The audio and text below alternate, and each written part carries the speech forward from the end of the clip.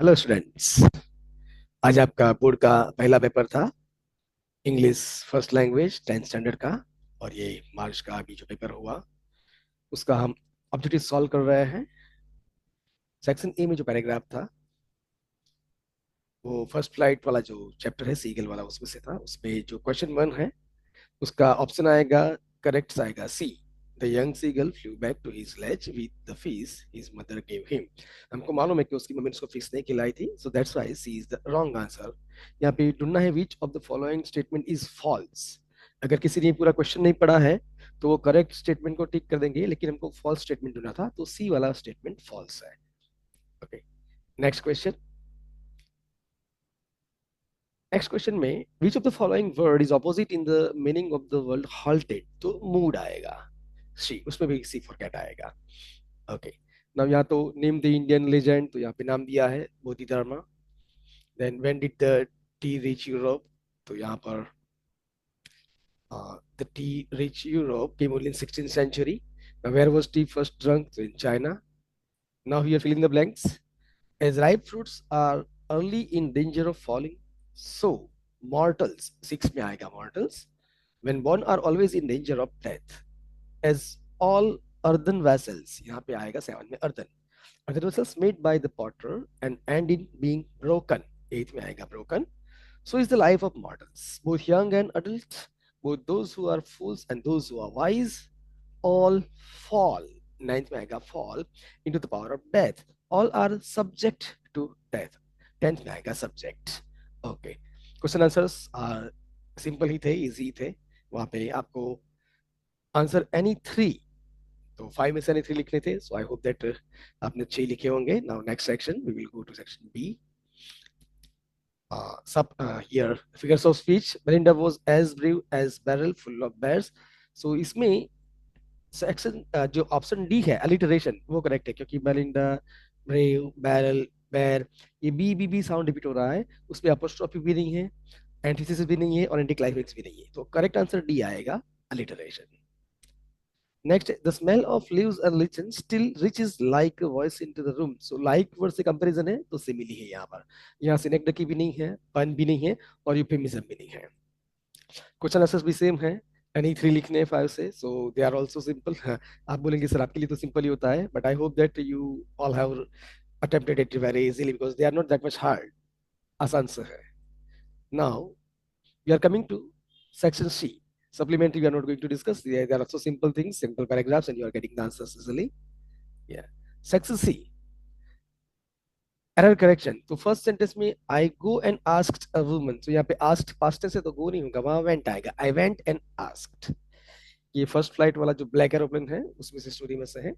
Into the control centre where I was, तो यहाँ पे W E R E word नहीं लेकिन W H E R E where आएगा, where I was and who, W H A T, what नहीं, वहां पे who the other pilot was. I wanted to say thank you, wanted past tense और said past tense तो दो दो past tense नहीं आएंगे। I wanted to say thank you, तो फर्स्ट लाइन में गो की जगह पे वेंट, सेकंड लाइन में वर की जगह पे वेयर, थर्ड में 33 में व्हाट की जगह पे हु, और 34 में सेड एरर है तो उसका करेक्ट आंसर है से। Okay, punctuate the following, Anne Frank की डायरी से है, बहुत इजी है, वहां पे थ्री कॉमास और एक डैश है। एन फ्रैंक के बाद कॉमा आएगा। As punishment for talking in class comma write an essay entitled, यहाँ पे डैश आएगा, अंडरस्कोर नहीं आएगा, डैश बीच में होता है, क्वैक क्वैक कॉमा क्वैक। तो यहाँ पे 35, 36 और 38 में कॉमा है और 37 में डैश है। Next, fill in the blanks. Nelson Mandela की स्टोरी से लिया गया है, articles consistent prepositions।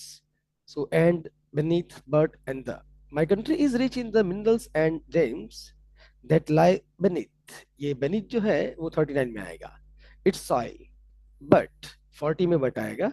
I have always known that its greatest wealth is its people, finer and truer, यहाँ पे truer की स्पेलिंग टाइपिंग मिस्टेक है, TRUER, V नहीं आएगा, ये टाइपिंग टाइपोस बोलेंगे उसको, truer than the purest diamonds। So 39 beneath, 40 but, 41 and 42 the।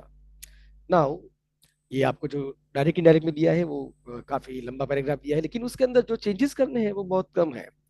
ये फर्स्ट जो है उसमें जो यहाँ ओ से लेके ये बिजनेस तक है, बाकी तो पूरा डायरेक्ट स्पीच या इनडायरेक्ट में दिया है। बर्ड सी लाफ्ड एंड उसमें कोई चेंज नहीं करना है। और उसके बाद भी bird the old woman went on with her reveal, उसमें भी कुछ चेंज नहीं करना है क्योंकि वो इन्वर्ट कॉमा से बाहर पूरा स्टेटमेंट है। ओके, तो यहाँ पे 1, 2 और 3 पैराग्राफ दिए हैं।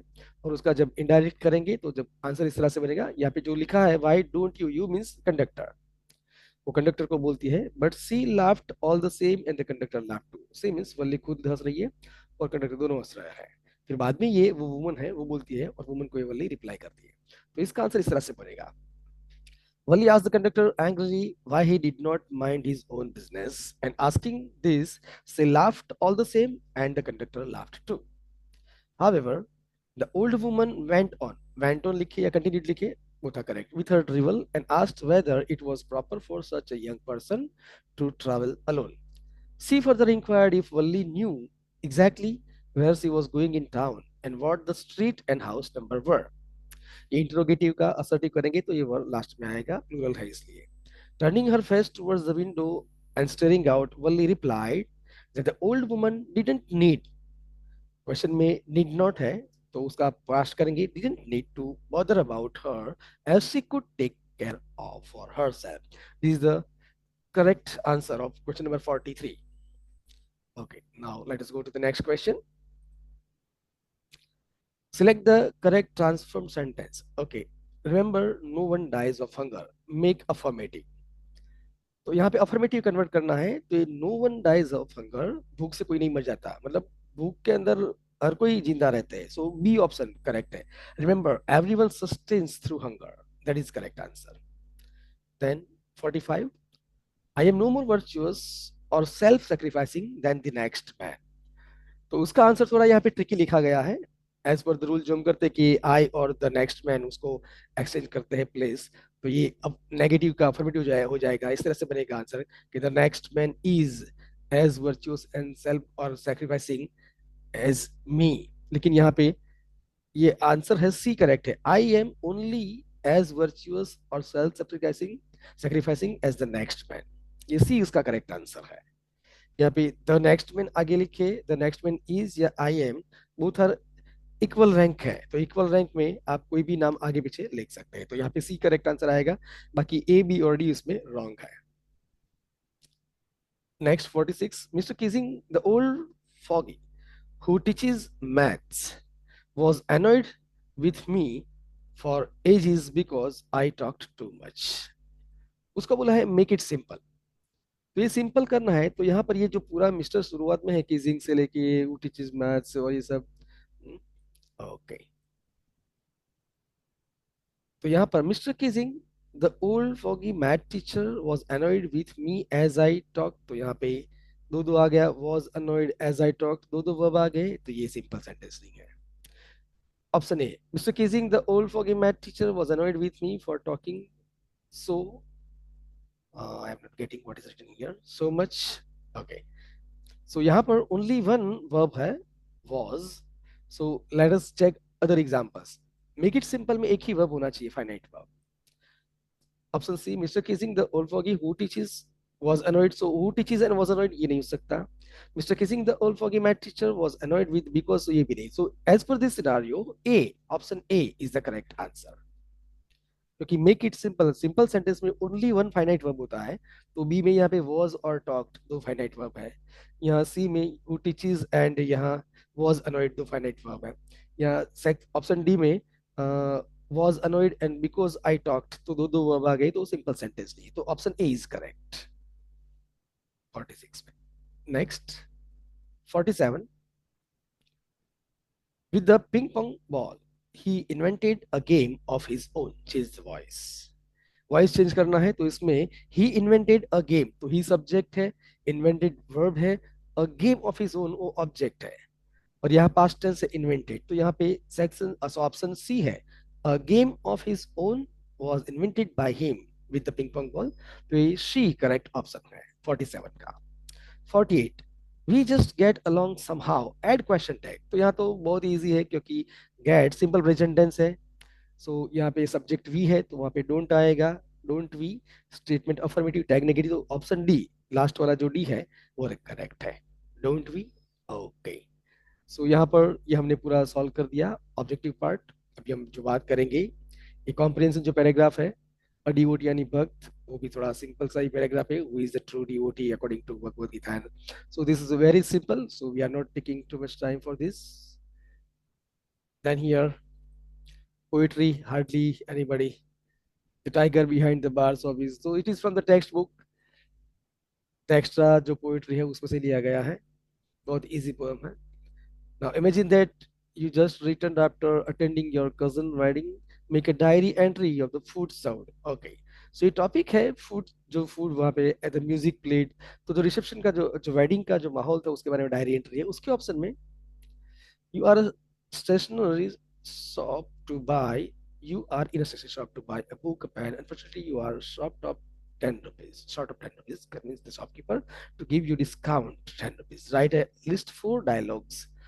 So dialogue है, so it is also a simple topic. Both are simple topics, diary या dialogue. Now 54. Now 54 में all three things are there.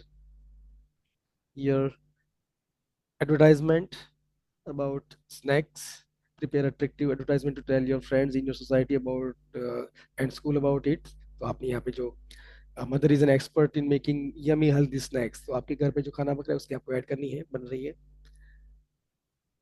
As the secretary of your society, draft a notice to inform all the members. तो यहाँ पे notice है CCTV camera लगाने की, notice writing का topic easy है। Design a poster, create awareness about the benefits of using bicycle and daily cycling। तो जिसकी ड्राइंग अच्छी है वो अच्छी कर सकता है। सो नोटिस वाला जो टॉपिक है वो काफी इजी है। Then section E, first question, no option, report writing. The school organized a book fair, okay, old books donated by the students। okay, so very simple, write a report about in the local newspaper unit। तो paper के बारे में लिखना है, तो simple सा format जो सिखाया गया तो उस तरह से लिखना है। नाउ 56 में ईमेल के ऑप्शन में लेटर है, ईमेल का टॉपिक पढ़ते हैं। Write an email to your friend in a different country. So यहाँ पे your friend, only one friend है तो यहाँ पे सीसी नहीं आएगा। इन डिफरेंट कंट्री, जो कर आपके और देश में रहता है, and enquire about a course in ethical hacking, also ask about the scope of job opportunities after doing that course in that country। तो जो विदेश में रहता है उसको लिखना है कि वहाँ पे कोर्स करने से क्या होता है और वहाँ जॉब के कितने चांसेस हैं। लेटर का ऑप्शन है, write a letter of appreciation and gratitude to an ex student of your school who has offered to sponsor the sports club in your school। Okay, so यहाँ पर वो x student को लिखना है, मतलब आपके स्कूल का स्टूडेंट है। Okay, so it is not that official letter, you are writing unknown person. तो वो टॉपिक्स आर इजी, लेकिन कुछ लोगों को ये लिए offered of to sponsor the sports club वो हार्ड लगेगा, लेकिन ये जो है एथिकल हैकिंग वाला वो इजी लगेगा। Now essay writing, should animals be kept as pets. Oh, 10th standard की सारी पोइट्री एनिमल्स के ऊपर ही डिपेंड करती है, बहुत सारी मिस बिल वाला चैप्टर भी एनिमल्स का। So it is very easy topic. B, travelling an essential part of education.